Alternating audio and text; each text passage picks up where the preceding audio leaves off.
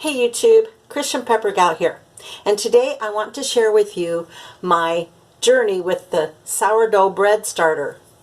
That's what I have right here in this 1 quart canning jar. So why don't you come along with me?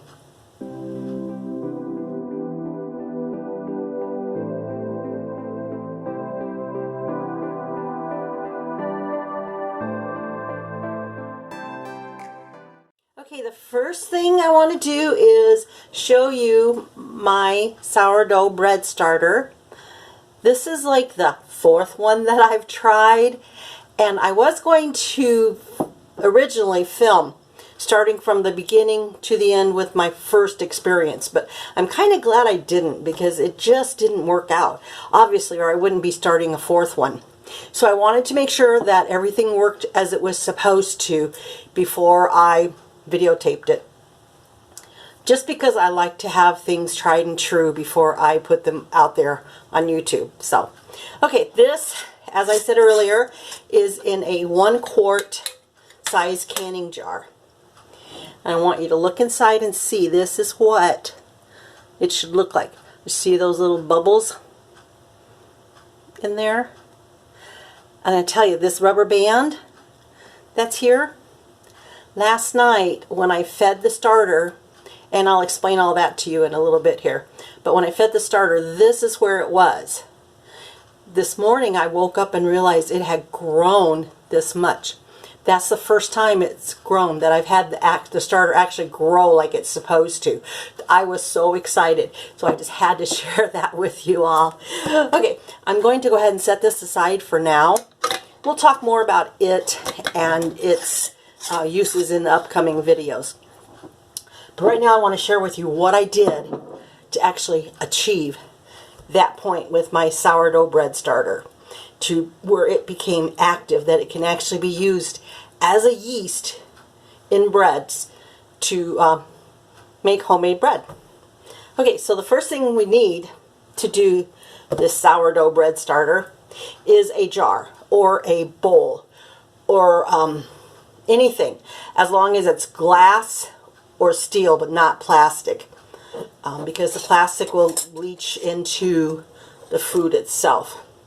So this is my 1 quart mason jar, and then I've got some unbleached all-purpose flour.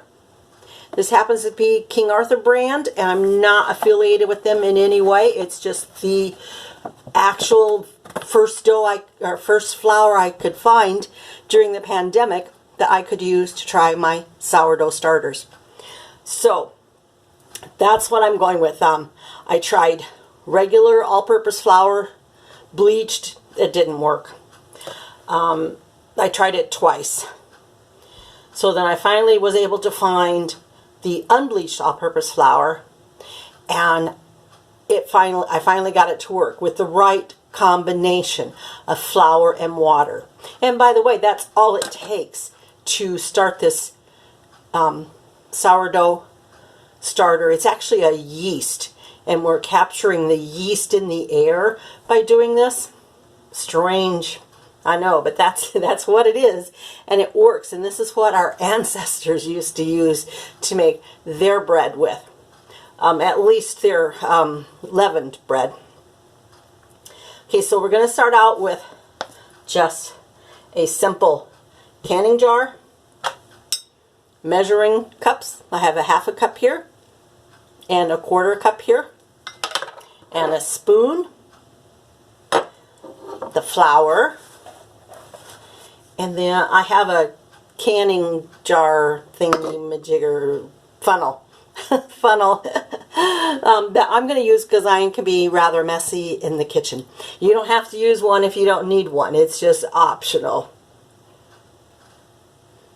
Okay, I have filled my 1/4 cup measuring cup with water, just plain tap water. Many recipes say that you have to use distilled water or filtered water, bottled water, not tap water. But I didn't have access to those things immediately that I wanted to break into, and I wanted to try it with just regular water to see how it would work. So that's what I did, and that's how I achieved my sourdough bread starter. So the first thing I'm going to do is get me a 1/4 cup of flour into this little, excuse me, a 1/2 cup of flour into this little measuring cup. So I take my spoon and dip in and put the flour in the measuring cup. As you can see, I can be quite messy, so I'm going to go right back up here where I was to keep from spilling it all over at this point. There I've got 1/2 cup flour, and again I'm using unbleached all-purpose flour. Then I'm going to dump that into the canning jar. See how easy and unmessy that was? Awesome. Then the next thing we're going to do is take this 1/4 cup of water and just dump it in there. I'm going to take my spoon and stir it around. Mix it all up in there.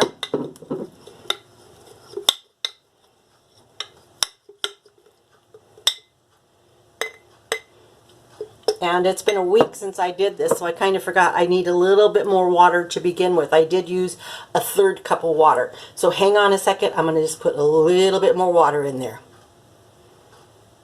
So to start out with, I did use 1/2 cup of unbleached all-purpose flour and 1/3 cup water.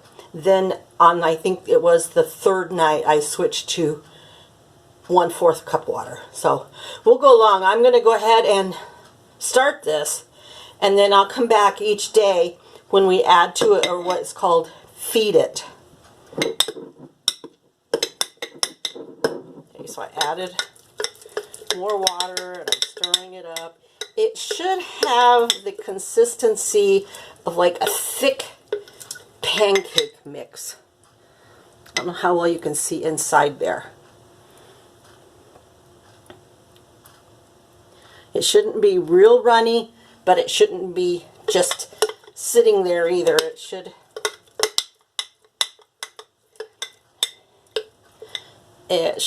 be quite flexible. It's really hard to show you in this lighting and everything, but yeah, that's it. So that's all I did to start mine. Then I also, now if you don't have a canning jar, or if you're using a bowl or another type of receptacle, then you can use a towel, even a washcloth and a rubber band. Put over the top the washcloth or towel, put a rubber band around it to hold it in place. But if you have a canning jar and you have the lids, the ring and the lid, then you can use this. And all you have to do is just set it on top. It's basically just to keep out any insects or anything else from the air. You don't want it to be airtight. Air needs to get in there so that the water and the flour can absorb the yeast that's in the air and make the sourdough yeast. Okay, and well, that was so quick and easy, and that's it for now.